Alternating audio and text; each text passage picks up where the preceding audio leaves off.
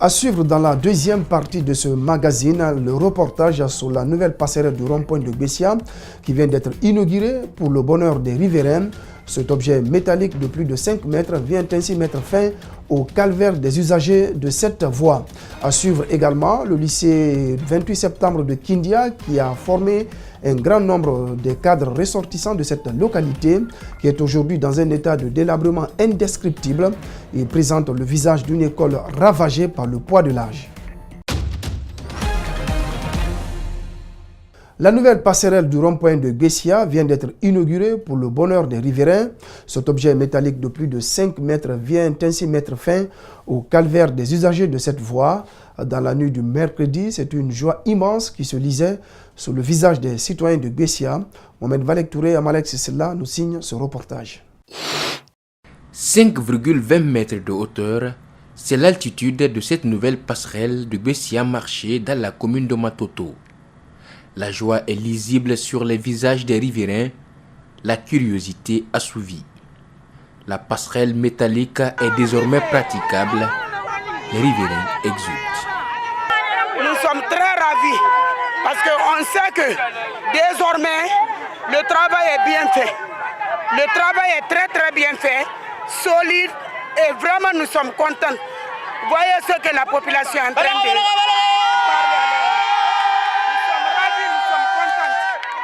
Depuis le décrochage de la précédente passerelle, l'inquiétude des femmes vendeuses pendant la traversée de la chaussée était de plus en plus grande. Les administrateurs du marché auront donc la lourde charge d'entretenir ce nouveau bijou. Il faudra éviter par exemple qu'il soit transformé en un lieu de commerce, une inquiétude du ministère des Travaux publics. Nous espérons que les autorités prendront des dispositions par rapport aux femmes qui viendront vendre ou étaler leurs marchandises sur cette passerelle. Pour traverser cette grande voie, les agents de sécurité exigent à ce que les usagers pratiquent la passerelle pour éviter les accidents. J'aimerais parce qu'il y a des gens qui ont commencé, le Guinéen aime beaucoup plus la facilité. Les gens ont commencé à s'habituer à passer ici. Il faudrait qu'il y ait des agents de sécurité. D'abord, ma solution, pour exiger à ce que les gens y montent, mais toute personne consciente et responsable ne peut pas se permettre de passer par là. Donc excusez-moi, c'est des risques. Malgré la présence de ce nouveau pont pour piétons, certains usagers n'hésiteront pas à risquer leur vie en traversant la chaussée. Le lycée 28 septembre de Kindia, qui a formé un grand nombre de cadres ressortissants de cette localité, est aujourd'hui dans un état de délabrement indescriptible. Il présente le visage d'une école ravagée par le poids de l'âge. Une équipe de la rédaction a fait un tour dans la cité de Manga Kindi. Suivez ce reportage de Mariam Fodé Camara et Ibrahim Assouma. Construit depuis le temps colonial, le lycée 28 septembre de Kindia se trouve aujourd'hui en mauvais état. Les salles de classe ne sont pas à recevoir des élèves. Les portes et les fenêtres ont volé en éclats depuis longtemps. Pourtant, cet établissement a formé beaucoup de cadres de cette région. Les encadreurs de cet établissement travaillent dans des conditions pénibles. Depuis longtemps, nous sommes dans cet état. Ça n'a pas commencé aujourd'hui. Eux qui ont commencé la rénovation, les fenêtres et les portes sont parties. Et depuis cette date, on n'a vu aucune lueur de rénovation. Nous sommes tous dans un état de regret en voyant l'établissement dans cet état.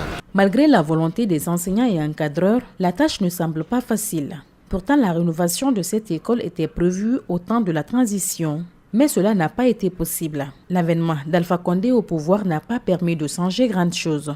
La volonté de rénover cet établissement, les anciens élèves, on s'est adressé aux anciens élèves, on s'est adressé aux autorités et à tous les niveaux, les gens plaident notre situation-là et promettent de rénover. L'État avait pourtant promis de rénover plusieurs établissements du pays, dont celui de Kindia, mais jusque-là rien. C'est pourquoi le proviseur demanda l'implication de tous et de chacun pour sauver l'éducation à Kindia. Notre appel à l'endroit des hommes de bonne volonté et à l'endroit des anciens élèves qui ont promis de nous venir en aide, c'est de leur dire que bientôt nous aurons dans les bras les enfants. Et que tout le monde s'élève et vienne faire un peu. Sport à présent dans ce magazine, la Coupe d'Afrique des Nations de football en 2023 en Guinée. Chimère ou réalité, le président du COCAN se dit optimiste. Le vice-président Mathurin Bangoura, quant à lui, est pessimiste. Même s'il reste encore 6 ans, aucun préparatif pour accueillir ce grand rendez-vous du football africain n'est en cours. Mamadou Saliouba, Djibril Kaba Kamara, Ibrahim Souri Souma et Mohamed Bangoura nous signent le reportage. En septembre 2014, la CAF attribue à la Guinée l'organisation de la Coupe d'Afrique des Nations. Un droit d'organisation obtenu au même moment que la Côte d'Ivoire, une première dans l'histoire de la CAF et de la Guinée. Mais pour y arriver, il y a un prix à payer. La Guinée doit construire des hôtels, des stades, des aéroports, des centres d'hébergement, des routes doivent être faites, des ambulances doivent être mobilisées, des hélicoptères à défaut des avions pour le bureau exécutif de la CAF. Un vrai développement pour la Guinée, mais 4 ans plus tard, pas une pierre n'est posée.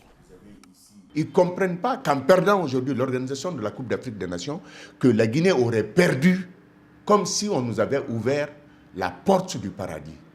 La seule réaction du gouvernement, c'est ce décret mettant en place le COCAN, un comité d'organisation de la Coupe d'Afrique des Nations, qui depuis sa mise en place, n'a pas posé d'acte concret.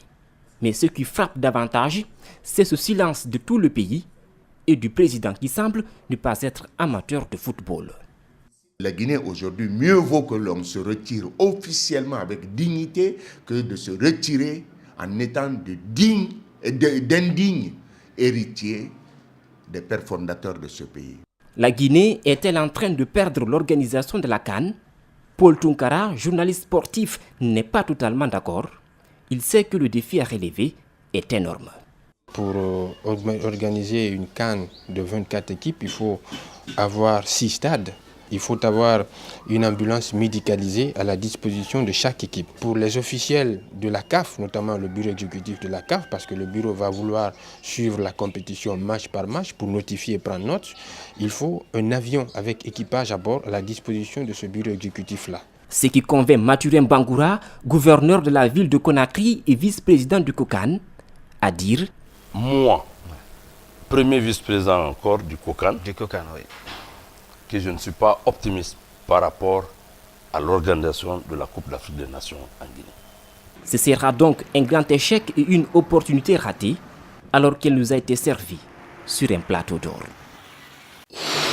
À présent, l'actualité en Afrique. Au Mali, Ibrahim Boubacar Keïta a été officiellement installé dans ses fonctions de président de la République du Mali pour les 5 prochaines années. Son principal opposant, Soumaïla Cissé, parle d'usurpation et déclare qu'il ne le reconnaît pas comme tel. Suivez.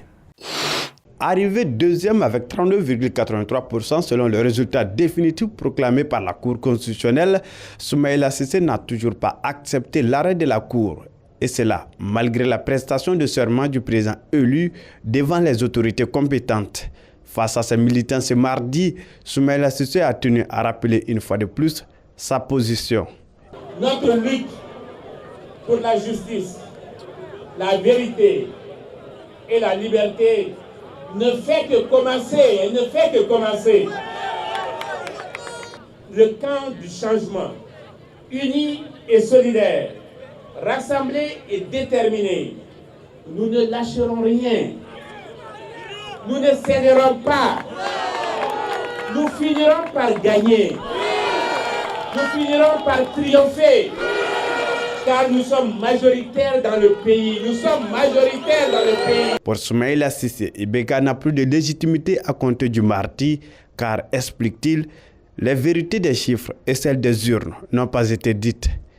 Le régime qui ose vouloir nous diriger et nous représenter n'a plus aucune légitimité. N'a plus aucune légitimité à compter de ce jour, à compter d'aujourd'hui. Ibrahim Boubacar Keïta n'est plus notre président. Il faut rappeler que 3 militants de l'opposition ont été déjà arrêtés. Il s'agit de Paul Ismaël Boro, Moussa Kembiri et Birama Diarra. conseiller communal. Les Rwandais se sont rendus aux urnes ce lundi pour élire leurs députés. 521 candidats sont en course. Seulement 53 sur 80 seront désignés au compte de ces élections générales. Les bureaux de vote ont ouvert à 7 h, heure locale, et tout se déroule dans une ambiance festive. Jacques Lewalino, Yacouba Traoré sont nos envoyés spéciaux à Kigali. Jour de vote au Rwanda, jour de fête. Le centre électoral Ougando a été décoré la veille et ce matin, la musique. Les électeurs viennent voter dans le calme. Ici, à l'école chrétienne de Kigali, 6000 citoyens recensés votent dans 12 bureaux. Anakle vote pour la première fois dans son pays et c'est avec plein d'espoir. Mes espoirs sont du côté de voir mon pays ayant vraiment les gens aptes de voter la loi qui aide le pays à avancer devant d'une façon durable, de format durable. Aussi impliquer le peuple parce qu'ils sont là, mais ils nous approchent pour quand même avoir les idées ou les requêtes. Le ministre de l'Environnement, président du Parti social-démocrate, a voté dans ce même centre. Il promet d'inviter ses futurs élus à travailler pour le peuple. Au niveau de mon parti, on va quand même demander à nos représentants, à nos députés, de travailler, de représenter la population comme c'est leur devoir, de faire des lois qui sont mises en place quand même avec la collaboration de la population, et de mettre toujours la population en avant, les intérêts de la population en avant. Nous sommes lundi, ce n'est donc pas un jour férié ici au Rwanda, même s'il y a scrutin. Ceux qui ont été très tôt dans le bureau de vote ont continué au travail, comme cet électeur que vous allez suivre à l'instant. Maintenant, je vais aller au boulot, je vais travailler. Il n'y a pas de congé aujourd'hui. Le chef du gouvernement, Ngirente Edouard, a voté aux environs de 11 h heure locale, tout comme d'autres citoyens ayant voté le matin. Il a aussitôt pris le chemin du bureau. Voilà, mesdames, messieurs, c'est la fin de ce magazine de la rédaction consacré aux faits majeurs de l'actualité de la semaine. Merci pour votre fidélité. L'info continue sur le site espacetvguinée.info. Bonsoir chez vous.